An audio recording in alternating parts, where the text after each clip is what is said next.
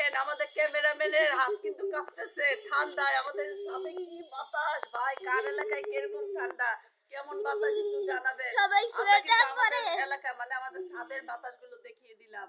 ঝিরি ঝিরি বৃষ্টি পড়ছে। ক্যামেরাম্যানের হাতই কাঁপতেছে। সবাই সোয়েটার পরেন। আর একটি কথা, আমাদের গ্রামে কিন্তু আরো শীত বেশি।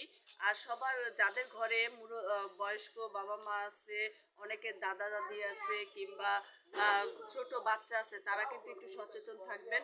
তাদের প্রতি একটু বেশি কেয়ার নেবেন, যত্ন নেবেন।